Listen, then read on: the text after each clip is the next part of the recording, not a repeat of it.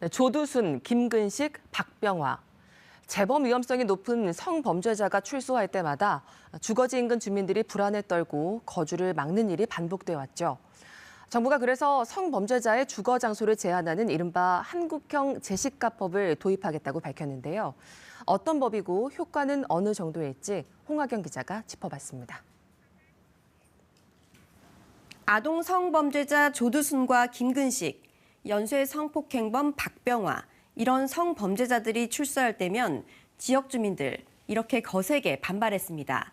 재범이 우려되기 때문이죠. 실제로 성범죄자들의 재범률 상당히 높습니다. 13살 미만 아동을 대상으로 한 재범률은 26%를 넘고 13살에서 18살 미성년자를 대상으로 한 재범률은 34%로 더 높았습니다. 범행 장소도 눈여겨볼 필요가 있습니다. 13살 미만 아동을 대상으로 한 성범죄자들의 절반 가까이가 자신이 살고 있는 거주지 주변이었습니다. 본인이 잘 알고 또 아동들을 유인하기 편한 장소를 범행 공간으로 삼았다는 겁니다. 이처럼 고위험 성범죄자들의 거주로 인한 지역 주민들의 불안감을 줄이기 위해 법무부가 이들의 거주지를 제한하는 이른바 한국형 제시카법을 도입하기로 했습니다. 제시카법은 미국에서 시행하고 있는 법인데요. 2005년 미국 플로리다주에서 9살 제시카라는 소녀가 이웃집 성범죄 전력이 있는 40대 남성에게 성폭행 뒤 살해당했습니다. 이를 계기로 피해자인 제시카의 이름을 딴 법을 만들었는데 성범죄자들을 학교나 공원 주변에 거주할 수 없도록 한 겁니다.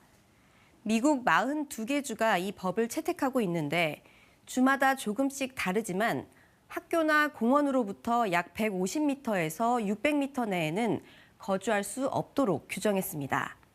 법무부의 추진안을 보면 우리나라에서는 13살 미만 아동 성범죄자 또는 성범죄 상습범이 학교뿐만 아니라 어린이집, 유치원을 기준으로 최대 500m 내에서는 살지 못하도록 하겠다는 겁니다. 또 범죄 사안에 따라 거주 제한 범위가 500m보다 더 좁혀질 수 있습니다. 적용 대상을 명확히 한정하고 법원의 결정을 거치게 해서 헌법적 문제를 해결하면서도 국민들께서 안심하고 공감할 수 있는 해결책을 마련하겠습니다. 현재 출소한 성범죄자들은 우리 생활 반경 어느 정도에 살고 있을까요? 여성가족부가 성범죄자 전력이 있는 서울 시내 거주자 400여 명의 거주지를 분석했습니다. 초등학교를 기준으로 300m 안에 거주하는 성범죄자가 무려 44%였습니다. 이 범위를 500m로 넓히면 82%에 달하고 1km 반경으로 설정하면 95%가 나왔습니다. 제시카법이 도입되면 사실상 성범죄자가 서울에서 거주할 수 있는 곳은 거의 없는 셈인데요. 그래서 제시카법이 서울보호법 아니냐 이런 지적도 나옵니다. 서울 등 수도권에는 아동 청소년 교육시설이 밀집돼 있어 성범죄자들이 지방으로 몰릴 가능성이 있다는 겁니다.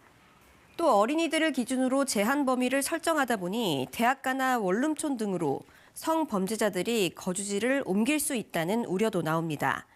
헌법상 거주 이전의 자유에 따른 기본권 침해 논란, 여기에 법원이 범죄 사안별로 거주 범위를 정하는 기준 역시 논란이 예상됩니다.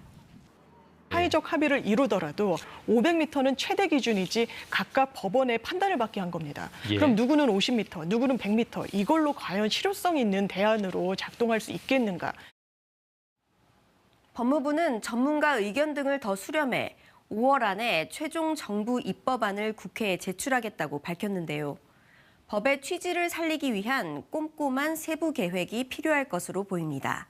KBS 뉴스 홍하경입니다.